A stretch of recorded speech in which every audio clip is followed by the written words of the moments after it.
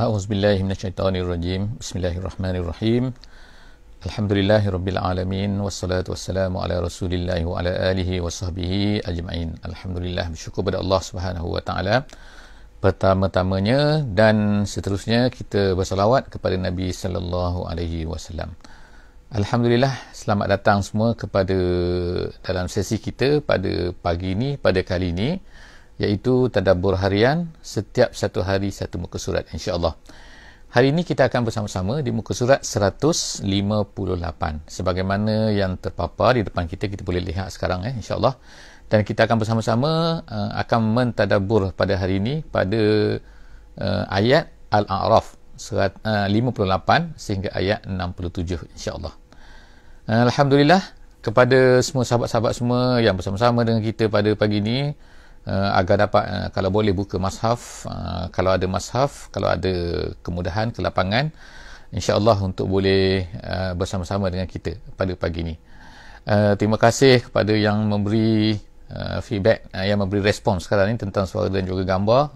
Kita dapat teruskan insya-Allah pada pagi ini untuk dalam tadabbur kita, insya-Allah. Terima kasih semua kerana memberi awal-awal memberi feedback tentang suara dan juga gambar. Alhamdulillah, hari ini kita akan sama-sama membaca ayat ini, insya-Allah. Ayat yang pertama, ayat 58. Jadi kita akan mulakan sedikit insya-Allah dengan kita membaca sedikit mentilawah sedikit daripada muka surat ini. A'udzubillahi minasyaitonirrajim.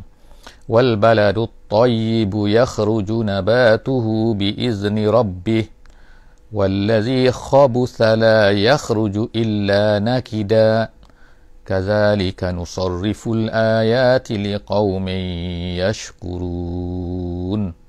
صدق الله العظيم.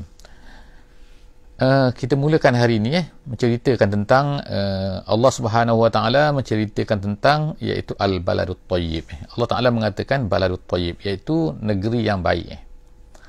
Negeri yang baik di sini dalam tafsir kata at-tayyib di sini perkataan yang merah ni saya tandakan, iaitu negeri yang baik maksudnya ialah tanah yang subur, maknanya tanah yang subur, iaitu negeri yang baik iaitu negeri yang mana tanahnya subur.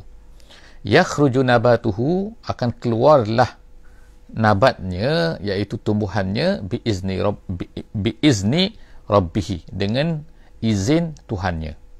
Jadi Allah Subhanahu Wa Taala mengatakan apakah maksud sebenarnya daripada wal baladut thayyibu yakhruju nabatuhu biizni rabbih ini. Maksudnya adalah iaitu seorang mukmin. Kalau tafsir kata ini adalah perumpamaan untuk mengatakan bahawa seorang mukmin tu seumpama seperti tanah yang baik. Itu tanah yang baik ni makna tanah yang subur kan. Ada tanah di tempat kita ni ada tanah subur, ada tanah tak subur kan. Kalau tanah subur ni letak biji benih apa-apa kan dia akan tumbuh. Ada tanah tu tanah masin ke, tanah berasid ke, tanah alkali ke, saya tak tahu itu, tapi itu bahagian orang-orang kajian agriculture lah Tapi nak mengatakan bahawa kalau tanah tu subur, maka dia akan menumbuhkan, mengeluarkan tumbuhannya dengan izin Allah. Tapi di belakang tu tengok kan, tetap juga dengan izin Allah Subhanahu Wa Taala. Nak ceritakan bahawa kalau Allah Taala tak izin, tak akan tumbuh. Ini kalau tumbuhan kalau tumbuhan. Maknanya kalau tanah pun macam mana cantik pun, subur macam mana kalau Allah Taala tak izin. Jadi kena ingat tu kan, bahawa manusia ini mesti ada ikatan hubungannya dengan Allah Subhanahu Wa Taala. Apa-apa berlaku pun jangan rasa bahawa kita buat maka akan terjadi. Kalau cara fikir macam ni adalah cara fikir orang-orang yang tidak bertuhan. Mereka rasa kalau buat macam ni mereka akan dapat hasil. Itu yang pertama. Jadi kita katakan bahawa ini adalah perumpamaan kepada seorang mukmin sebagaimana kata tafsir. Kemudian wallazi khabutha. Khabutha ni ialah terjemahan asalnya khabutha buruk. Khabusa, tapi maksud khabusa adalah iaitu tanah yang tidak subur maksudnya. Khabusa tanah, wallazi khabusa, dan tanah yang tidak subur, la yakhruju illa nakida, dia tidak akan mengeluarkan melainkan nakida. Nakida ni maksudnya ialah daripada asalnya ialah asira. Asira ni maknanya ialah susah, maknanya susah apa? Iaitu satu tempat di mana tumbuhan susah nak tumbuh. Itu maksud dia. Wallazi khabusa la yakhruju illa nakida, melainkan kalau nak tumbuh pun dengan susah payah kan. Dengan kita maknanya kalau tanah yang tak subur kan, kita paksa dengan beri baja, dengan bagi airnya dan sebagainya, barulah nak tumbuh. Itu nakida. Jadi itu perumpamaan Allah Ta'ala kata iaitu orang kafir. Orang kafir ni khabutha. Dia ni macam tanah buruk, tanah busuk, tanah yang susah nak tumbuhkan. Jadi susah sangat nak faham. Iaitu beri penceritaan, kita beri nasihat, kita beri apa, susah nak dapat apa ni, nak tumbuhkan satu benda yang baik tu. Kazalika, Allah Ta'ala kata, kazalika nusarriful ayat liqaumin yashkurun. Begitulah kami nusarrif artinya ialah nubayyin. Nusarrif tu maknanya begitulah kami menceritakan, menjelaskan. Nubayyin tu maknanya menjelaskan. Begitulah kami jelaskan al-ayat liqaumin yashkurun, tanda-tanda bagi orang-orang yang bersyukur. Maksud bersyukur ialah beriman. Dalam tafsir kata fayu'minuna bihi yashkur. Tanda syukur tu maknanya beriman, bukan syukur tu alhamdulillah sahaja tapi lepas tu tak beriman pun. Tak kan. Maknanya dia bersyukur tu maknanya ialah dia beriman dengan apa yang ditunjukkan oleh Allah Subhanahu Wa Taala dengan ayat ni. Mana ayat ni maknanya ayat Quran pun, ataupun bila kita kata mukjizat-mukjizat yang ditunjukkan atau kebenarannya kan, Allah Taala dah jelaskan. Jadi siapa yang menceritakan tu Nabi Muhammad sallallahu alaihi wasallam ceritakan kepada orang-orang Quraisy. Dan kemudian zaman moden ini iaitu pendakwah-pendakwah Islam menceritakan kepada manusia. Tunjukkan bahawa ini adalah link dengan, relatekan dengan Allah Subhanahu Wa Taala. Tapi siapa yang nak bersyukur? Tak kan? Allah Ta'ala dah jadi ceritakan, dah jelaskan. Itu ayat yang pertama lah kan, yang kita tengok pada pagi ni, ayat 58. Seterusnya kita tengok ayat yang ke-59.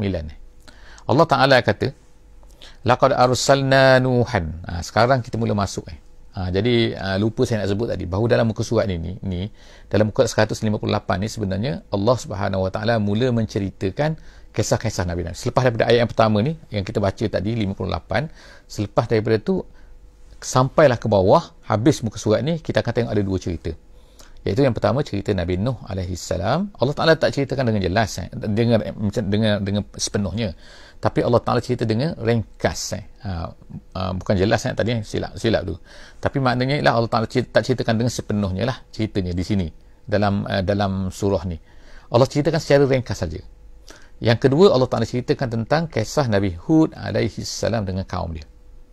Jadi kaum Ad Jadi Allah Subhanahu Wa Taala sebut ni di sini cerita-cerita ni kan, kalau kita katakan sebelum daripada ni bahawa surah Al-A'raf ni adalah surah Makkiyah. Dan surah Makkiyah ni kebanyakan daripada cerita, kebanyakan daripada story lah kita kata kan, cerita-cerita mengenai nabi-nabi terdahulu dan mengenai apa saja ialah kebanyakannya terdapat di dalam ayat-ayat Makki. Ayat Makki. Kecuali sedikit saja ada cerita-cerita yang Allah Taala ceritakan masuk dalam ayat-ayat Madani, seperti kisah Nabi Adam AS dalam surah Al-Baqarah. Tapi kebanyakan cerita adalah dalam ayat-ayat Makki, itu ayat-ayat yang diturunkan di Mekah. Kenapa? Persoalannya ulama-ulama membuat analisa. Kita pun tengoklah, kita baca sedikit kan, iaitu kerana semasa di Mekah ni kan, Nabi ni berdakwah. Kebanyakan daripada cerita-cerita yang Allah Ta'ala ceritakan dalam Quran, kebanyakannya adalah nak menceritakan tentang usaha dakwah yang dibuat oleh Nabi-Nabi terdahulu dengan kaum mereka. Nabi-Nabi terdahulu sampaikan dakwah kepada kaum mereka, tapi kebanyakan daripada kaum-kaum itu menolak dakwah tu. Apa perasaan Nabi tu? Apa rasa? Memanglah kan, rasa sedihnya, rasa apa dan sebagainya. Setengah 950 tahun seperti Nabi Nuh AS yang akan kita ceritakan sebentar lagi kan. Dia tak cerita di sini 950 tahun, tapi di tempat lain. Tapi maknanya ialah nak ceritakan kisah Nabi-Nabi terdahulu ni, semua kebanyakannya ditolak. Ditolak oleh ditolak oleh kaum mereka.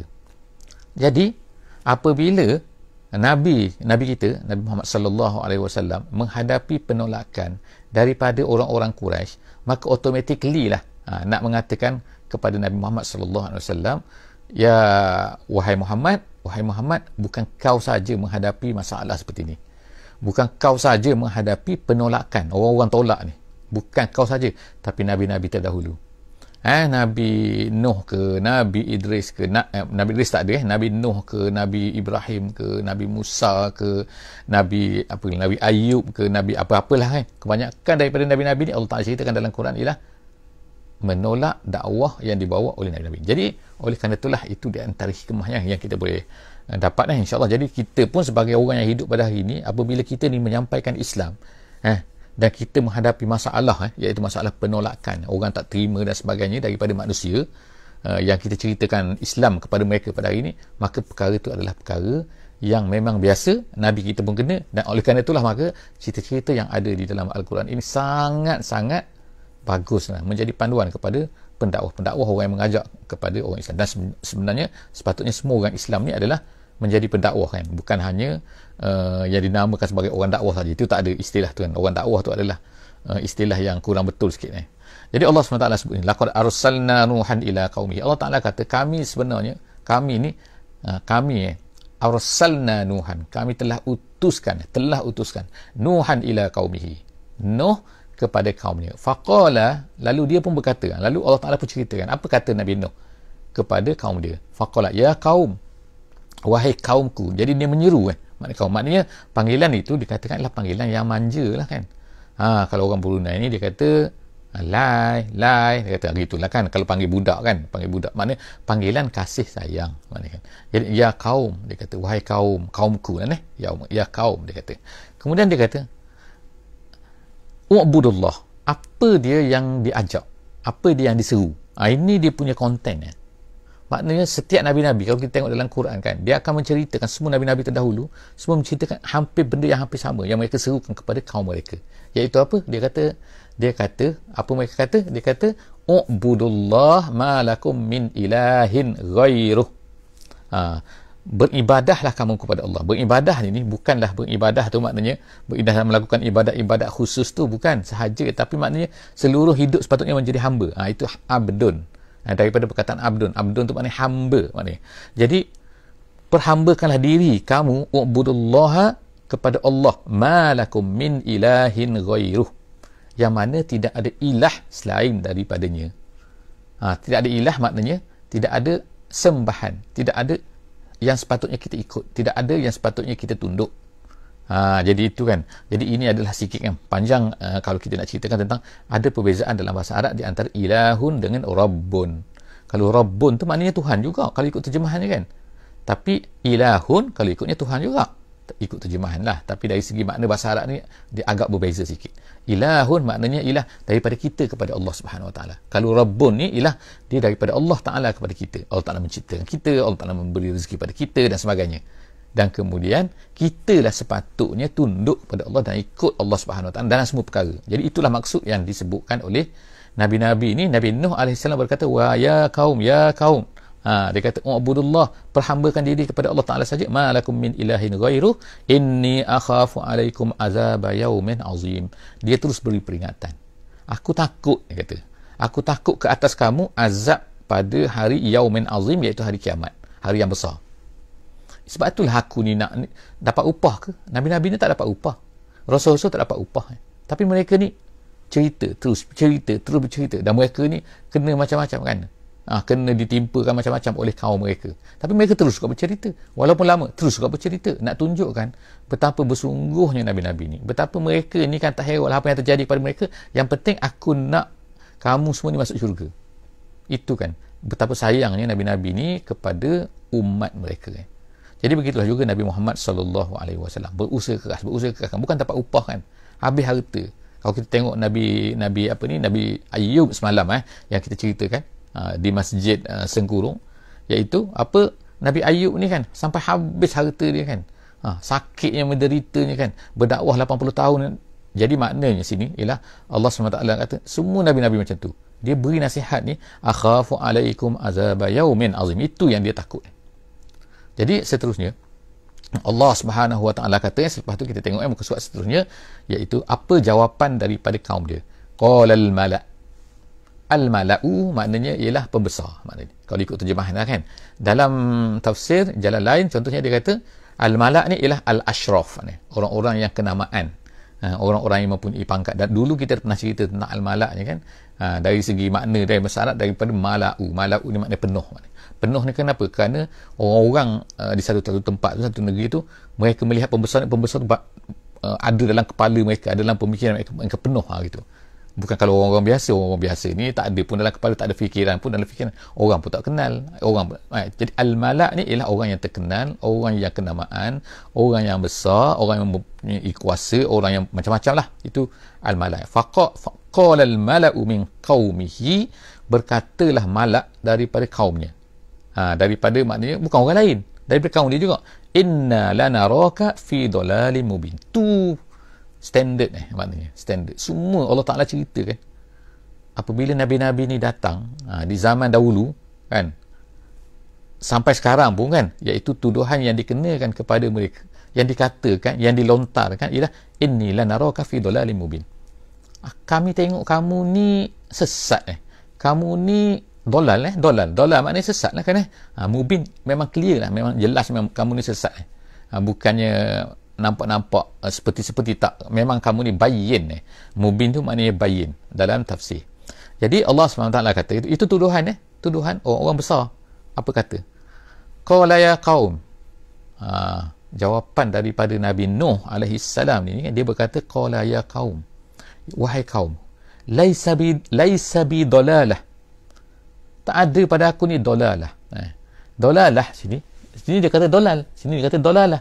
Apa beza dolal dengan dalalah? Dalalah ni maknanya lebih umum lagi maksud dia dalam bahasa Arab. Kalau dalal tu sesat, tapi ni apa-apa sesat pun tak ada. Gitu. Laisa bi dalalah. Aku tak ada sesat apa-apa pun. Kenapa? Walakinni rasulun min rabbil alamin. Aku ni hanyalah rasul min rabbil alamin, seorang rasul daripada Tuhan sekalian alam ni. Dia yang menciptakan alam ni, kemudian dia utuskan seorang rasul, iaitu aku nak cerita apa yang aku cerita ni daripada Allah Subhanahu Wa Taala. Tandanya banyak lah kan tengokkan aku bersungguhnya. Kalau orang tu bawa satu benda, kalau tak dapat apa-apa, dia tak kan, kalau bawa satu benda lah kan, kalau dia nak apa-apa, terselah juga lama-lama kan, akan nampak lah juga bahawa dia nak benda tu. Tapi ni apa yang dapat 950 tahun tak dapat apa-apa, habis semua, orang kata apa-apa tapi tetap juga bersabar, tu pun dah jadi bukti lah sepatutnya kan. Tanda bahawa dia ni memang betul. Begitu juga pada hari ni lah kan. Kalau lah kata pendakwa Islam tu dia tak nak apa-apa, memang nampak dan memang jelas tak ada benda yang dia nak kan, tak ada benda yang dia dicari, tak ada benda yang dia kejarkan. Contoh lah kan, maknanya kan dah terselah dah lama dah, tapi orang kata juga dia sesat. Tu yang tak patutnya kan kalau orang tu dia tak tahan lama. Kalau orang tu nak kebendaan dia buat satu benda nak kebendaan, takkan tahan lama, akhirnya orang tahu juga kan. Jadi Allah SWT kata sini, qala ya qaum laisa bi dalalah, aku tak ada sesat sedikit pun kan, walakinni rasulun min rabbil alamin, tapi aku ni hanyalah seorang rasul daripada rabbil alamin ni, Tuhan sekalian alam, yang memberi makan kepada kamu, yang memberi makan kepada pokok, yang memberi makan kepada binatang, yang memberi rezeki kepada semua. Tu semua aku datang daripada Tuhan tu.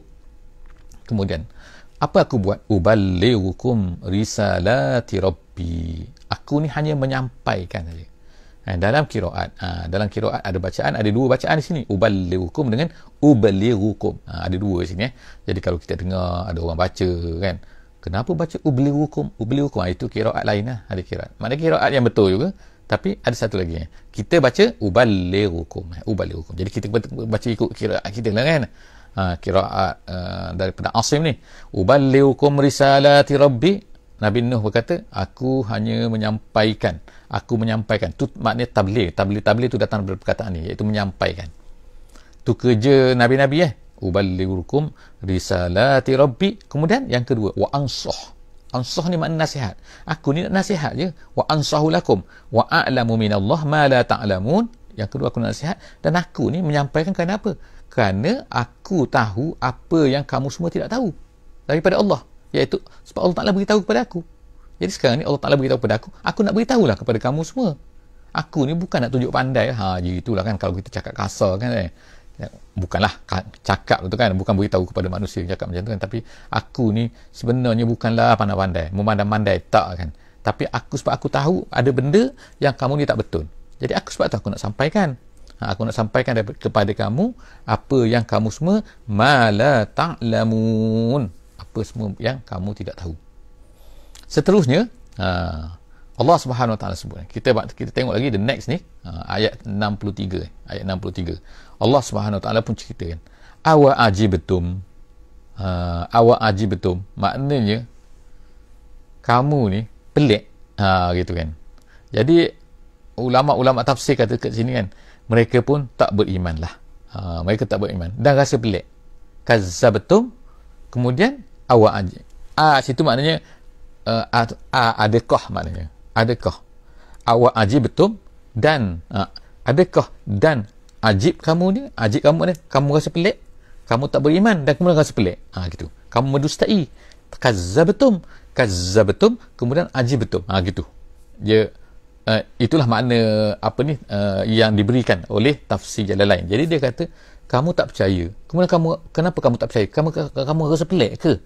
Anja'akum zikrum mir rabbikum, datang minta maaf, anja'akum zikrum mir rabbikum, iaitu zikrum tu maknanya mau'izah, maknanya pelik ke kalau datang mau'izah. Mau'izah ni maknanya pengajaran, maknanya mau'izah tu nasihat, maknanya peringatan, kita kata pelik ke datang peringatan daripada Tuhan kamu ala rajulim minkum, di atas lidah, maknanya di atas lisan, di atas percakapan, melalui percakapan seorang lelaki daripada kamu, liyunzirakum, untuk memberi peringatan kepada kamu. Pelik ke benda tu? Pelik sangat ke? Kalau sekarang pun kan pelik ke kalau orang yang bawa ke, kamu nak apa? Sebagaimana apa yang berlaku kepada Nabi kita, Nabi Muhammad sallallahu alaihi wasallam. Orang Quraisy ni, orang Mekah dulu zaman Nabi, bila Nabi menghadapi mereka ni, mereka kata apa? Mereka kata, kenapa kamu? Kenapa tak kami? Satu. Kemudian mereka kata apa lagi? Kenapa manusia? Kenapa tak malaikat? Kan itu kan yang kita baca dulu dalam surah Al-An'am. Itulah memang sama saja kan. Perangai ataupun cara tolakan kan. Walaupun zaman berubah kan. Tengok kan, bayangkan daripada Nabi Nuh alaihi salam sampai kepada Nabi Muhammad kan berapa ribu tahun. Dan sampailah kepada hari ini berapa ribu tahun. Kita dengan Nabi Muhammad sallallahu alaihi wasallam dah 1400 tahun kan. Kita tengok cara fikir manusia tu kan, nak tolak Islam dan semua sama je. Cara fikir mereka nak tolak, dengan kata sesatnya, dengan kata gilanya, dengan kata apa lagi. Memanglah kita kata orang tak ada kata gila pun pada kita pada hari ni kan, bukan gitu memanglah sebab kita ni tak berkata, kadang-kadang kita tak mengajak kepada Islam, kita takut nak sebut Islam. Jadi bila kita takut nak sebut Islam, bagaimana orang nak kata kita gila kan? Jadi kita akan dikatakan gila. Cuba kalau kita ni sibuk mengajak kepada agama, mengajak kepada Islam dengan cara yang betul lah, of course kan.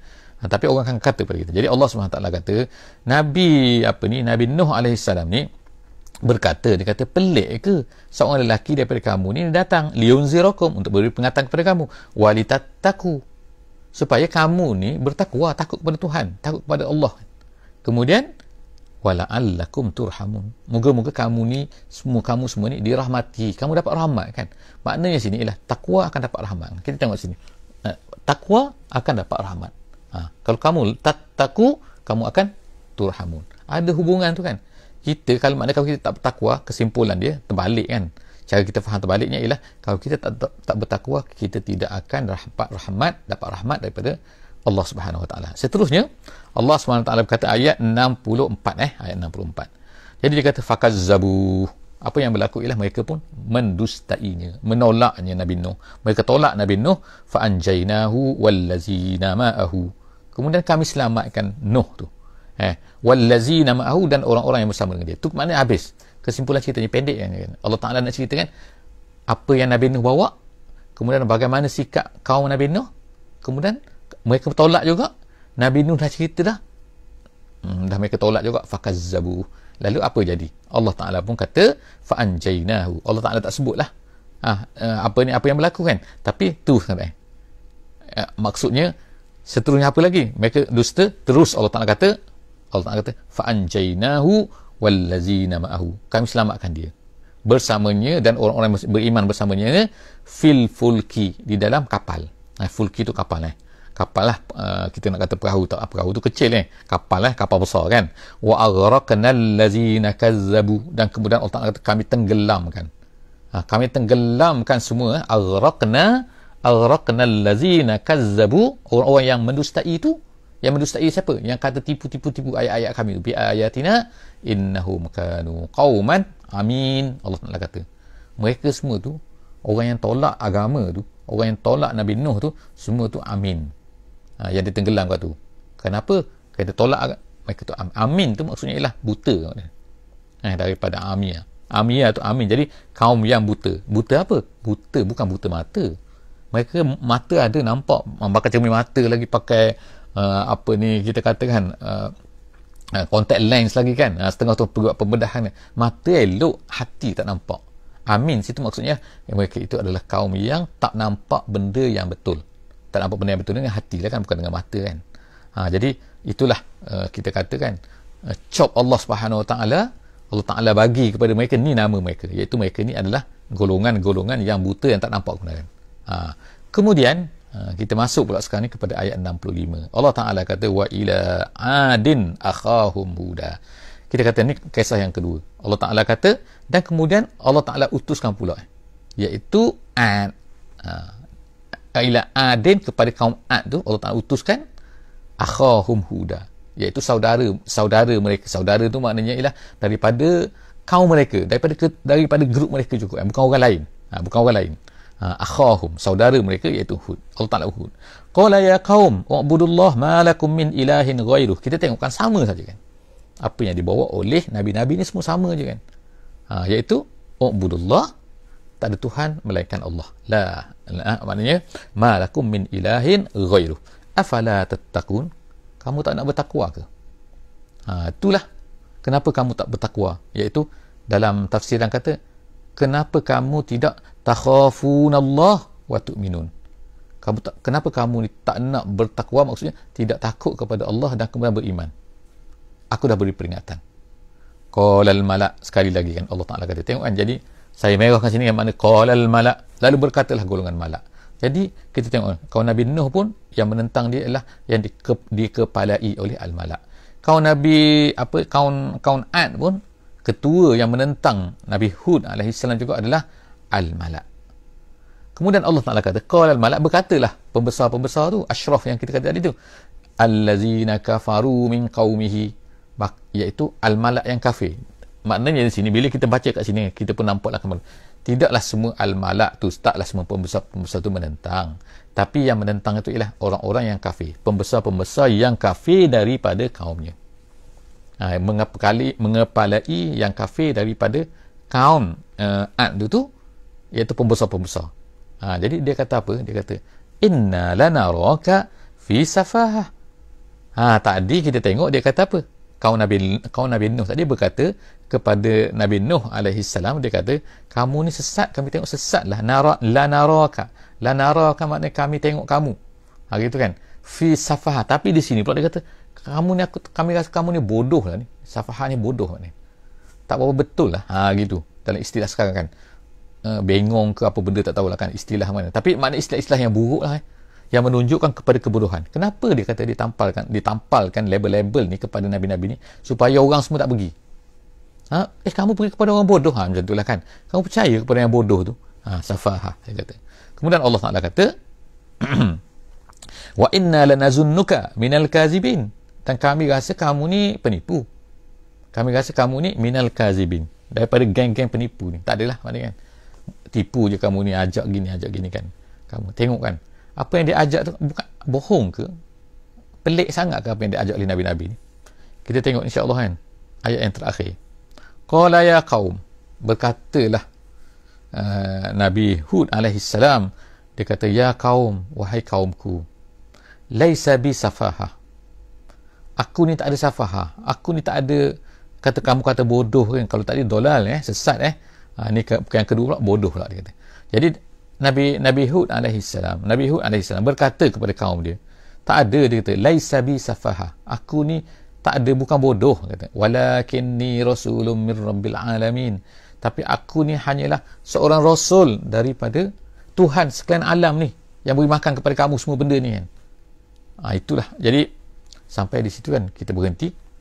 InsyaAllah kan kita akan sambung lagi insyaAllah penceritaan kita pada ayat seterusnya insyaAllah pada sesi akan datang insyaAllah di muka surat 159. Setakat saja. Sadaqallahul azim. Maha benarlah Allah yang telah menurunkan ayat Al-Quran dan kekal sampai kepada kita sampai hari ini, dan kita boleh baca, kita boleh dengar, kita boleh tadabbur, dan pagi ini kita datang bersama-sama. Alhamdulillah. Jumpa lagi insyaAllah di sesi akan datang pukul 6.15 pagi insyaAllah setiap hari, insyaAllah, kecuali ada masalah yang tidak dapat dielakkan dan sebagainya kan, line dan sebagainya, maka terpaksalah kita tangguhkan. Tapi insyaAllah setakat ni kita akan jumpa lagi insyaAllah. Wallahu a'lam bissawab. Bismillahirrahmanirrahim. Wal 'asri innal insana lafi khusr illa allazina amanu wa 'amilus solihat wa tawasaw bil haqqi wa tawasaw bis sabri. Subhanakallahumma wa bihamdik nashhadu an la ilaha illa anta nastaghfiruka wa natubu ilaik. Wassalamualaikum warahmatullahi wabarakatuh.